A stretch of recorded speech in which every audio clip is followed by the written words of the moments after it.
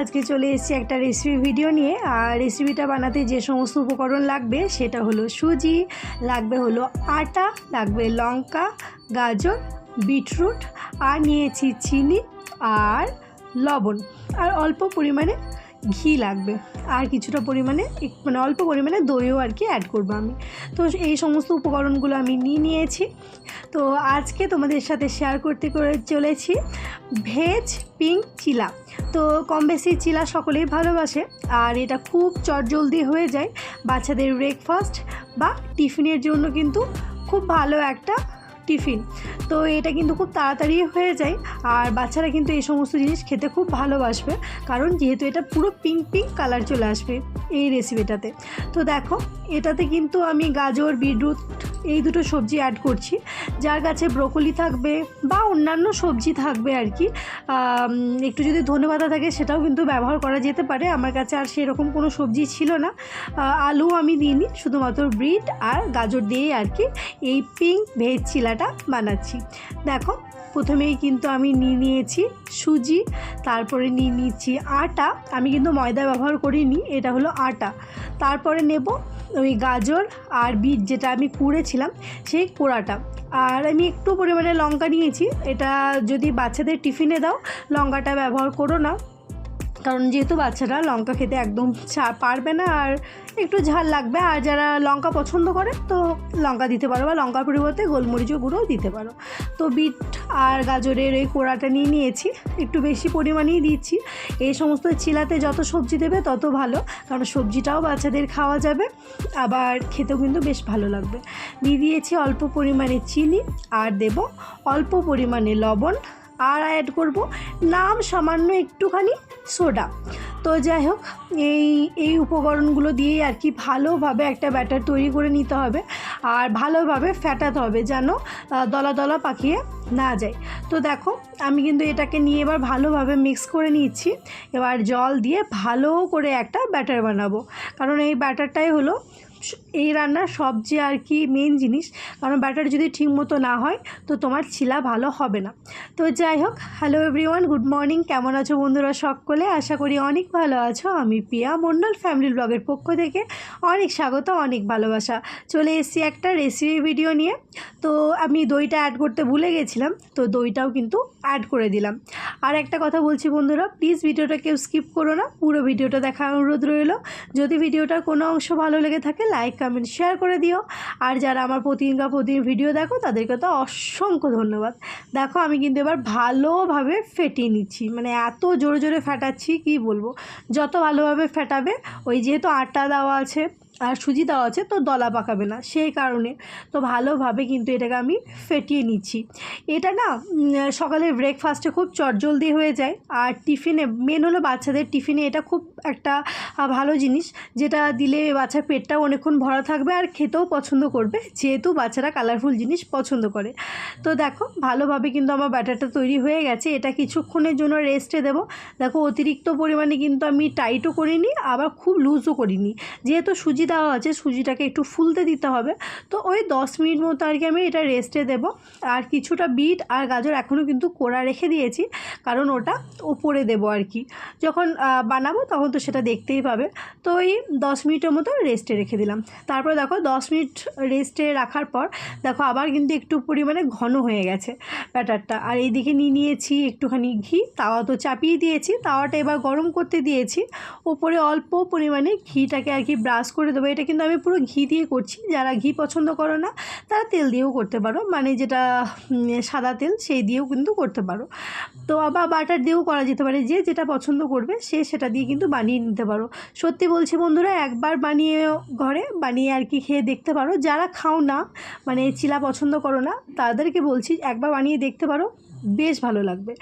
আর যেহেতু এটা চিলা বানাচ্ছি, চিলা তো একদম পুরো ধোসার মতো পাতলা হয় না, তাই অল্প পরিমাণে একটু মোটা রাখছি। যদি এটা ধোসা বানাতাম আমি কিন্তু অনেক পাতলা করে দিতাম, এটা কিন্তু ধোসাও কিন্তু ভালো হয় এরকম করে, দেখতে বেশ কালারফুল হবে আর একদম পাতলা পাতলা হবে। তো যাই হোক, একটু যেহেতু চিলা বানাচ্ছি তাই খুব একটা পাতলা করলাম না। দেখো, উপরে কিন্তু ওই বিট আর গাজর কোড়াটাও আর কি দিয়ে দিলাম। তো যেহেতু মুখে একটু পড়বে, ভালো লাগবে সেই কারণে তো ভালোভাবে আর কি সেট করে নিচ্ছি। এবার একটা সাইড আর কি পাকতে দিতে হবে। যখন একটা সাইড ভালোভাবে হয়ে যাবে তখন অল্প পরিমাণে উপরে আর কি ঘি দিয়ে দেবো। তো ঘি দেওয়ার পর অল্প ব্রাশ করে দিচ্ছি। তারপরে যখন পেছন সাইডটা হয়ে যাবে তো একবার উল্টে দিতে হবে, কারণ এই সামনের সাইডটাও ভালোভাবে আর কি ভেজে নিতে হবে, কারণ যেহেতু সুজি আটা দুটোই দেওয়া আছে তো ভালোভাবে কিন্তু ভেজে নিতে হবে। দেখো নিচেকার সাইডটা কিন্তু হয়ে গেছে। এবার দেখো আবার উল্টে দিলাম, আর দেখতেই পাচ্ছ কত সুন্দর করে উঠেছে, একটুও কিন্তু তাওয়াতে আটকে যায়নি। তো এটাই হলো, কিন্তু এইভাবে চিলা কিন্তু খুব অতি সহজেই বানিয়ে নেওয়া যায়, একদম চট জলদি। আর মানে রুটি করতে গেলে যে আটা মাখতে হয়, বেলতে হয়, এই সমস্ত কোনো কিছু ঝামেলা নেই। যদি ভাবো যে না সবজি অ্যাড করব না, তো সবজি অ্যাড করার কোনো দরকার নেই, শুধু একটু পরিমাণে আর কি দই, সুজি আর আটা দিয়েও বানিয়ে ফেলতে পারো।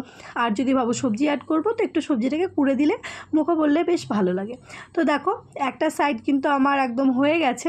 তো দেখতেই পাচ্ছ কত সুন্দর কালার এসছে, একদম পিঙ্ক পিঙ্ক কালার এসছে, দেখতে কিন্তু বেশ ভালো লাগছে। আর এই সমস্ত জিনিস কিন্তু খাওয়াও ভালো। তো যাই হোক, কারণ আমরা তো দেখতেই পাচ্ছ দিন দিন ভেজিটেবল খাওয়া একটু সবাই কমিয়েই দিচ্ছি, মাছ মাংস ডিমের প্রতি আমরা বেশি আসক্ত। তো সেই কারণে শরীরে প্রচুর পরিমাণে রোগ বাঁধছে। তো সবাইকে বলবো, আর এই ঠান্ডার টাইমে সবজি বেশি বেশি করে খাও।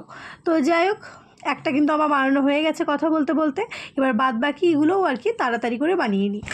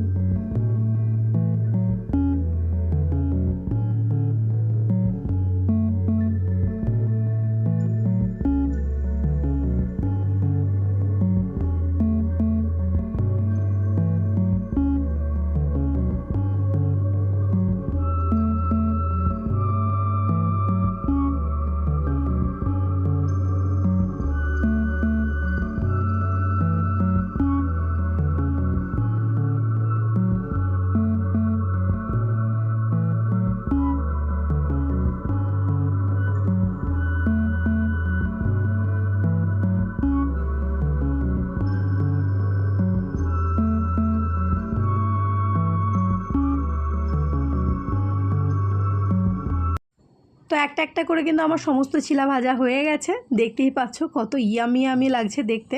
তো যাই হোক, ভিডিওটা আর খুব একটা বড় করলাম না।